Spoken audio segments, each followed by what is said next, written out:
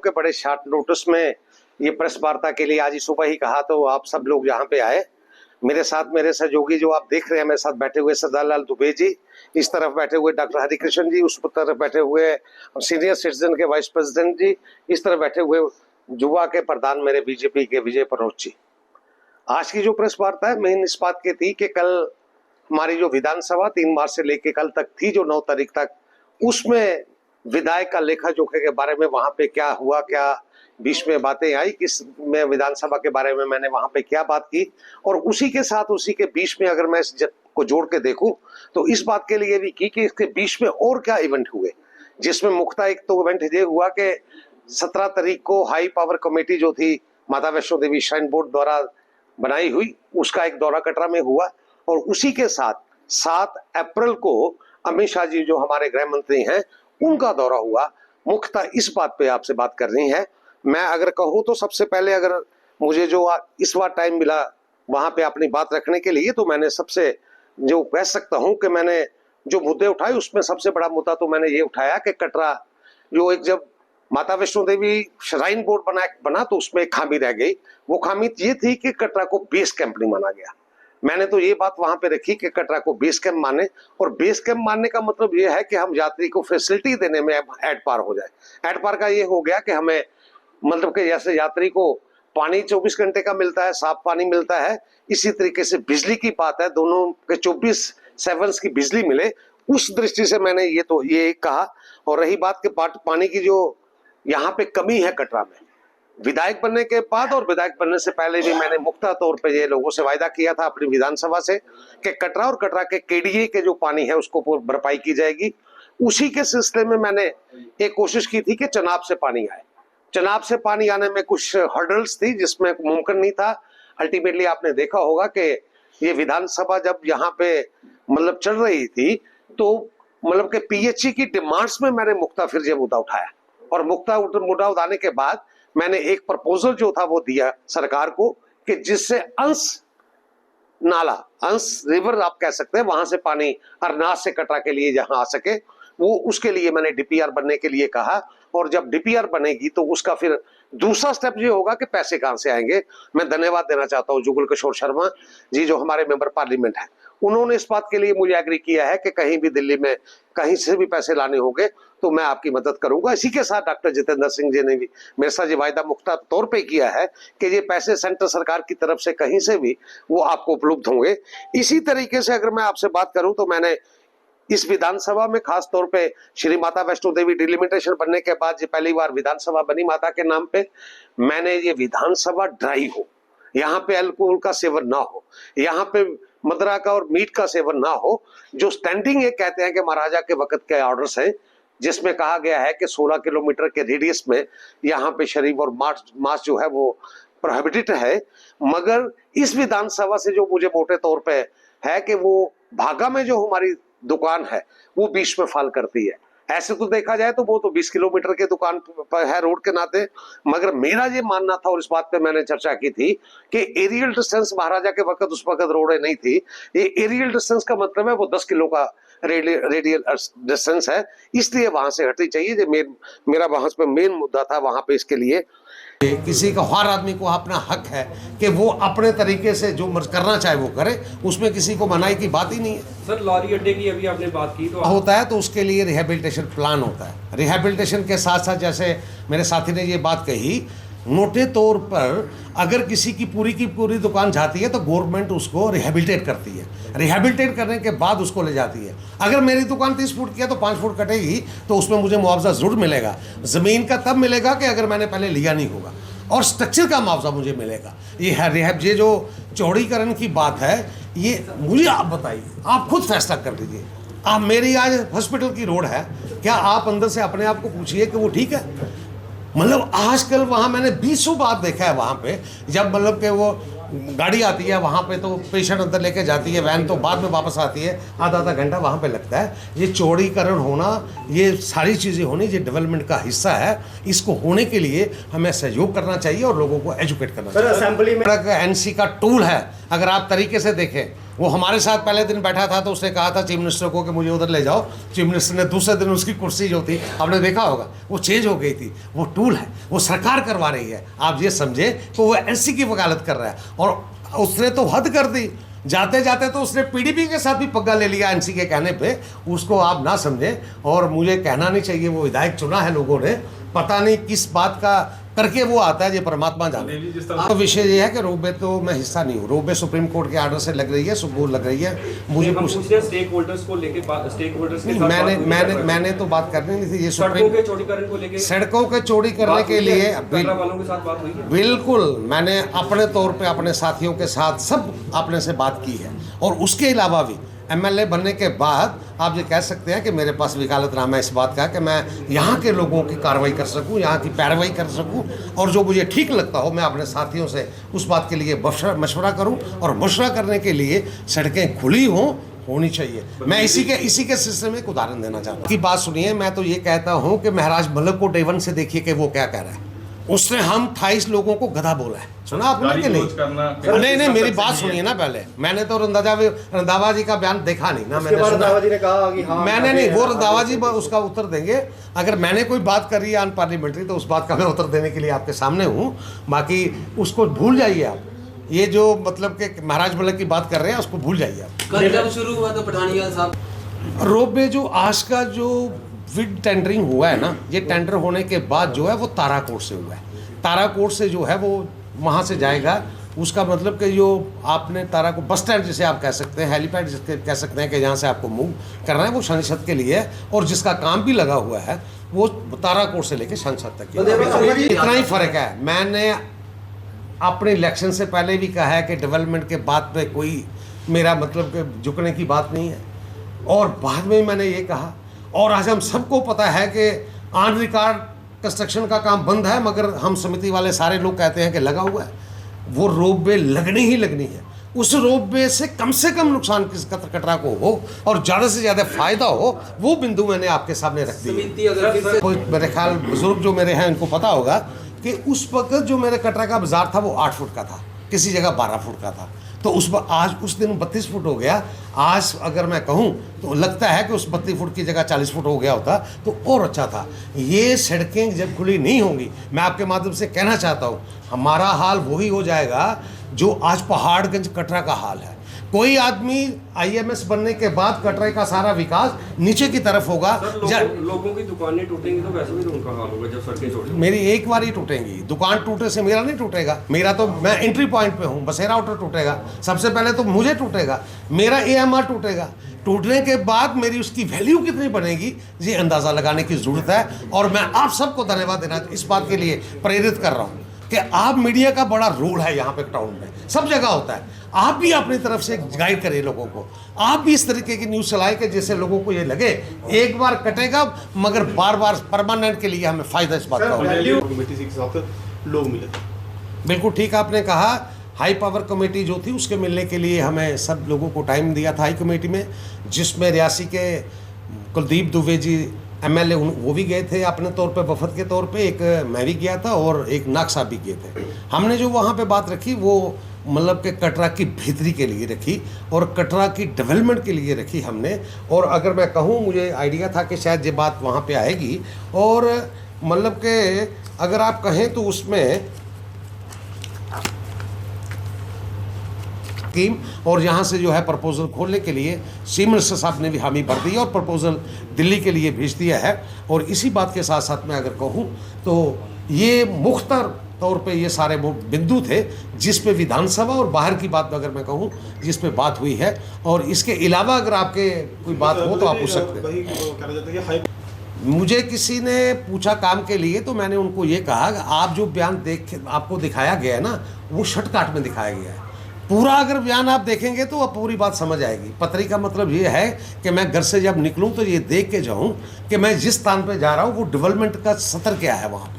वहाँ पे middle school है कि नहीं, वहाँ पे हाई स्कूल है कि नहीं, वहाँ पे किस चीज़ की ज़रूरत है। और जहाँ पे जो एरिया वंचित है डेवलपमेंट के इलाके से, यहाँ डेवलपमेंट नहीं हुई है, तो वो पत्री का कहने का मतलब ये है कि वो पत्री देख के जाने का मतलब कि वहाँ की डेवलपमेंट उस पैमाने पे की जाए। वो थोड़ा सा किसी ने काट के कहीं गलत कर दिया। पूरी अगर मेरी वो वीडियो आप देखेंगे वो सीधा सा मैसेज है। गुरुदेव जी आप कह रहे हो मतलब के रोपवे की बात अगर आप मैं कहूँ तो आप स्टेट में रोपवे की बात कह रहे हैं, और रोपवे क्या डिस्पोजल है वो हम सबको पता है।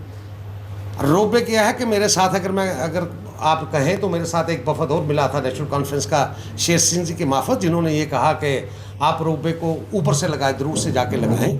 और बड़ी सीधी सी बात है कि रोपवे के लिए हमने जो सुझाव दिए वो ये सुझाव दिए थे कि रोपवे होने के बाद में लोगों में जो शंका है कि कटरा में क्या स्थिति पे हम आ जाएंगे, मैंने वो कंसर्न्स के बारे में बात की थी। अगर कंसर्न के बारे में बात की थी तो मैंने ये उनसे सुझाव में अपने में ये कहा था, concern and suggestions restriction on commercial and residential development in Tarakot. मैंने कहा आप रोपवे जो लगा रहे हो, लोगों में अंदेशा है कि वहाँ पे आप कमर्शियल एक्टिविटी करेंगे, वहाँ पे आपके होटल बनेंगे, वहाँ पे आप कमर्शियल के साथ साथ वहाँ पे सारी चीज़ें करेंगे, इसकी वहाँ पे आप मनाही होनी चाहिए। अवॉइड कमर्शियल और residential accommodation in Tarakot, the multi storey parking facility in the Tarakot भी शुड बी अवॉइड। मैंने कहा एक तो वहाँ पे कमर्शियल आप कुछ ना करें, दूसरा लोगों में ये एक बात है कि वहाँ पे आप बहुत बड़ी एक मतलब कि कार पार्किंग बना रहे हैं, जिससे कटरा का सारा बिजनेस वहाँ पे चला जाएगा, आप उसको अवॉइड करें। मैंने उनको ये तश्कील की थी। इसी के साथ मैंने कहा था ropeway should operate within a fix time frame. मैंने कहा कि ये टाइम इसका होना चाहिए।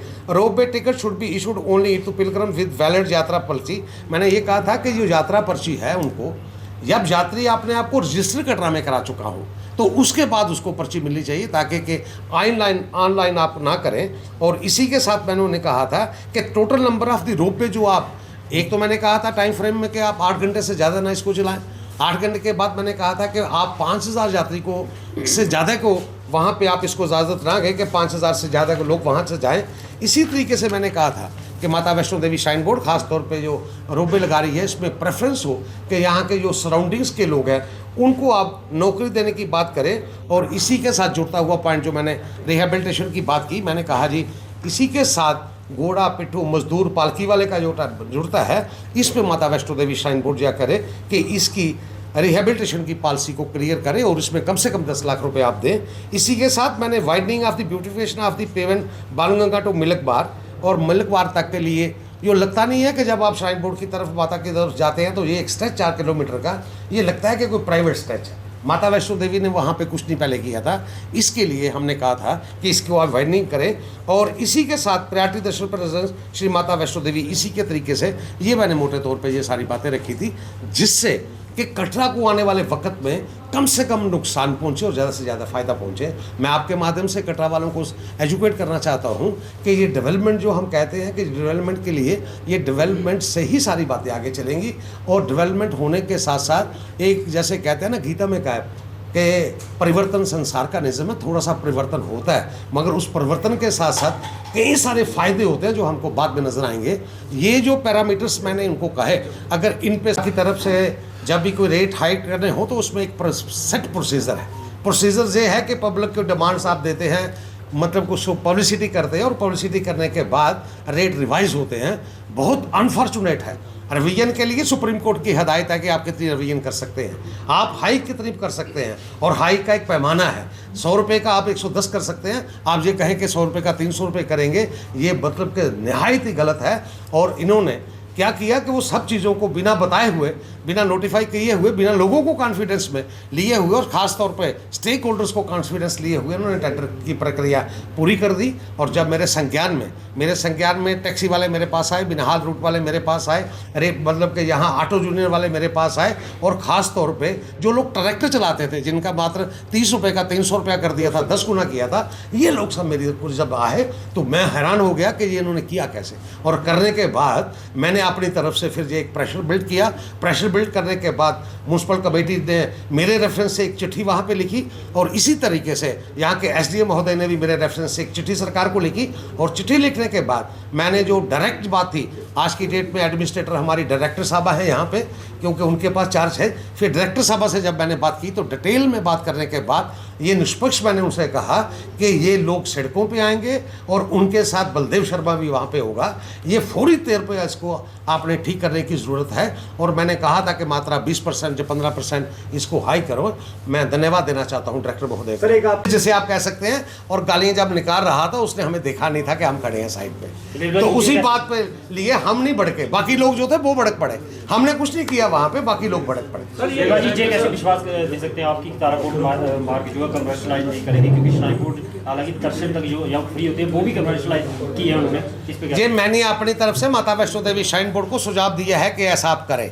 ये आप समझे कि कोई अंडरस्टैंडिंग हो गई कि उन्होंने लिख के मुझे दे लिया, इसकी एक प्रक्रिया है। प्रक्रिया का मतलब ये है कि वो ऑन रिकॉर्ड हमसे ये बात माने कि ये जो बलदेव शर्मा एज एमएलए वो बात कर रहे हैं कि ये ऑन रिकॉर्ड रहे। और इसकी मेरी भरपूर कोशिश रहेगी कि ये सारी चीज़ें ऑन रिकॉर्ड। होटल इंडस्ट्री की बात की जाए तो कटरा में सबसे बड़ी होटल इंडस्ट्री है और ब्लैक मार्केटिंग पानी की जो है वो गर्मी में आए हुए देखती है, उसके ऊपर किस तरह से काम किया जाएगा? ब्लैक मार्केटिंग बिल्कुल ठीक आपने कहा। ब्लैक मार्केटिंग के अलावा दादागिरी कह सकते हैं। दादागिरी के अलावा अगर आप ये कहें तो हम राव वाटर यात्री को दे रहे हैं, वो बहुत बेइंसाफ़ी है। और बेइंसाफ़ी को दूर करने के लिए ये प्रपोजल है कि यहाँ पे मतलब कि पानी 30 साल के लिए आगे का प्लान के मुताबिक मैं अंश से पानी की बात कर रहा हूँ। और ये इसकी डीपीआर बनेगी और डीपीआर बनने के बाद जब तक ये असली काम नहीं होगा तब तक ये सारी चीज़ों को मतलब कि ठीक करने के लिए उसमें मेरा भी रोल रहेगा, आपका भी रोल रहेगा, पुलिस का भी रोल रहेगा, लोकल एडमिनिस्ट्रेशन का भी रोल रहेगा कि ताकि कि हम इन सब चीज़ों पर काबू पा सकें। पहले दिन से आपने कहा था कि मेमोरेंडम में कि नशे के आप खिलाफ हैं, मगर युवाओं की बात की जाए तो युवाओं को खेलने के लिए कोई भी जगह अभी तक चिन्हित है जो श्री माता वैष्णो विधानसभा क्षेत्र में नहीं की गई है, खासकर कटरा की बात करूँगा। तो किस तरह से युवा है वो खेल के प्रति उनका रुझान बढ़ेगा और वहाँ पर पहुँचेगा जब प्ले ग्राउंड ही नहीं होगी? मैं बिल्कुल आपका धन्यवाद देना चाहता हूँ। ये आज की बात नहीं, आपने मेरे बात 2-3 बार मेरे से बात की है जिसमें ये कहा कि यहाँ पे स्टेडियम बनने के लिए मतलब कि बनना चाहिए जो कटरा की तरफ, कटरा सरकार की स्टेडियम हो, ना कि माता वैष्णो देवी श्राइन बोर्ड का हो। और उसमें आपकी टीम ने मुझे सुझाव भी दिए हैं, आपने भी दिए हैं कि कुछ 2-4 जगह हैं। मैं मौका देख लूँगा, मौका देखने के बाद मैं आपसे वायदा करता हूँ कि वहाँ पे अगर कोई जगह जिस पे स्टेडियम बन सकता हो वो बनने के बाद उस पर पूरा काम करेंगे। और कटरा का सरकार की तरफ से माता वैष्णो देवी की जगह एक अपना स्टेडियम बने, उस पे लिए पूरा काम मैं करूँगा। बेस कैंप का दर्जा देने की बात आप कटरा को कह रहे हैं, किस तरह से व्यापार में फायदा हुआ? जो श्रद्धालु माता वैष्णो देवी के दर्शनों को यहाँ पर आते हैं, बेस कैंप बनने से किस तरह का जो है वो? बेस कैंप बनने से सबसे बड़ा फायदा तो ये होगा, आज यात्रा का रूट जो है जहाँ जो फैसिलिटी वहाँ पे है बाणगंगा से लेके वैष्णो देवी तक के लिए कटरा बेस कैंप होने से हमें वो फैसिलिटी मिलती है। वो फैसिलिटी ये मिलती है कि पानी यात्री को कैसे मिले, उसके लिए अंश से पानी आने में मतलब कि तेज़ी आएगी। उसमें 24 घंटे की बिजली कटरा पे हो, उसमें तेज़ी आएगी। और गवर्नमेंट के फंड्स में जो सेंट्रल सरकार माता वैष्णो देवी के हिसाब से वहाँ पे देती है, वो कटरा को फंडिंग में एक बहुत बड़ी तब्दीली आएगी। बेस कैंप बनाने का ये मकसद है। प्रधानमंत्री जी का दौरा है 19 तारीख को, किस तरह से देखते हैं? क्या घोषणाएं हैं वो माता वैष्णो विधानसभा के लिए हो सकती है? प्रधानमंत्री का 6 महीने में दूसरा दौरा और प्रधानमंत्री बनने के बाद ये तीसरा दौरा। पहला दौरा जो उन्होंने किया था वो किया था कि उद्घाटन किया था रेलवे स्टेशन का। दूसरा दौरा जो किया था इस विधानसभा में लोगों के पास उन्होंने आके वोट मांगे थे कि यहाँ से विधायक बने। और तीसरा दौरा जो है वो यहाँ से कि रेल का यहाँ से कश्मीर के लिए छोड़ा जाए। ये 19 तारीख का तीसरा दौरा है। मैं आपको कह सकता हूँ दौरे के उपरांत ही जहाँ पे जो डेवलपमेंट सरकार की तरफ से हो रही है, मैं कल मतलब आप कह सकते हैं कि मैं जम्मू था कल, डायरेक्टरेट में वहाँ पे था, तो वहाँ पे बात हुई कि मतलब कि टूरिज्म डिपार्टमेंट जो कौड़ी के ब्रिज को आगे आने वाले दिनों में श्री माता वैष्णो देवी विधानसभा में जितने टूरिज्म का काम हो सकता है उसको फोकस करने का काम उन्होंने शुरू कर दिया है। इसी तरीके से बाकी चीज़ें प्रधानमंत्री के आने से हमारी वैल्यू कितनी बढ़ेगी, उस वहाँ पे खड़े होने के बाद, टहलने के बाद, वहाँ पे कौड़ी ब्रिज पे जब वो टहलेंगे उसके बाद मतलब कि कटरा श्री माता वैष्णो देवी विधानसभा और डिस्ट्रिक्ट रियासी किस मैप पे होगा। और मैं अगर पूरा ब्यौरा आपको देना चाहूँ तो पूरा ब्यौरा ये है कि 10:30 बजे प्रधानमंत्री जी कौड़ी ब्रिज पे होंगे और वहाँ पे इनॉग्रेशन करने के बाद टहलकदमी करेंगे जैसे वो करते हैं। उनके प्रोग्राम मैं आपको बता रहा हूँ। करने जून से पहले कुछ डिपार्टमेंट्स के एनओसी होते हैं, वो तेज़ी लाने के लिए मैंने सरकार को कहा और मैं धन्यवाद देना चाहता हूँ कि वो उस पर तेज़ी आई है। इसी के साथ मैंने अगर वहाँ पे बात की तो रिहेबिलिटेशन पॉलिसी जो माता वैष्णो देवी श्राइन बोर्ड का जो मयूल मजदूर का जो मतलब हमारा केस था, उसी के तहत पे कि रिहेबिलिटेशन के लिए जो बात की थी उसमें 50,000 रुपये की बात थी कि 50,000 रुपया घोड़े वाले को दे के उसको मुक्त किया जाए। मैंने कहा ये बेइंसाफ़ी है। इस बेइंसाफ़ी को दूर करने के लिए मैंने कहा कि इसको रिविज़िट करने की ज़रूरत है, सरकार इसको रिविज़िट करे। ये बात मैंने लेबर की डिमांड्स के वक्त मैंने रखी थी, जब लेबर्स की डिमांड्स थी। डिमांड्स में इस बात को रखने के बाद मैंने कहा था कि इसमें जो पहली पॉलिसी है उसमें यह है कि 50,000 पे 25,000 माता वैष्णो देवी श्राइन बोर्ड देगा और 25,000 जो है वो सरकार देगी। मैंने कहा कि मिनिमम जो है वो 10 लाख रुपया होना चाहिए और 10 लाख में 5 लाख रुपया माता वैष्णो देवी श्राइन बोर्ड दे और 5 लाख रुपया माता वैष्णो देवी श्राइन बोर्ड के साथ सरकार दे। और उसी के साथ जो पहले वाली रिहेबिलिटेशन पॉलिसी थी उसमें मात्र उन्होंने घोड़े वालों को पिक किया था, वो उनके लिए थी। मैंने कहा नहीं, ये पालकी वालों के लिए भी होनी चाहिए, मजदूर के लिए भी होनी चाहिए और पालकी के साथ साथ सब जो मजदूरी का वहाँ पे काम करते हैं, अगर उनको आप रिटायर करते हैं तो कम से कम रिहेबिलिटेशन पॉलिसी के तहत उनको 10 लाख रुपए का वहाँ मिलना चाहिए। इसी तरीके से मुझे जब मौका मिला, चीफ मिनिस्टर साहब की जब ग्रांट्स थी उस ग्रांट्स में मुझे मौका मिला क्योंकि हाउसिंग डिपार्टमेंट उनके पास है। मैंने कटरा को कहा कि कटरा म्यूनसिपलिटी बड़ी छोटी सी म्यूनसिपलिटी है, कटरा का बहुत भारी फैलाव हुआ है, ये इसकी कौंसल बनने की ज़रूरत है। ये म्यूनसिपलिटी को हटा के कौंसल बनाने के लिए मैंने वहाँ पे ये बात की थी। और अगर मैं मुख्ता तौर पे बात करूँ तो मैंने ये अपनी बात गवर्नर एड्रेस में भी कही और सरकार के पास भी कही, जिसमें मैंने ये कहा कि IMS तो बन जाएगा, मगर IMS इंटर मॉडल स्टेशन बनने के बाद जो कटरा की डेवलपमेंट का है वो एक नया दौर शुरू होगा और उस दौर में पुराना जो कटरा है वो पीछे रह जाएगा।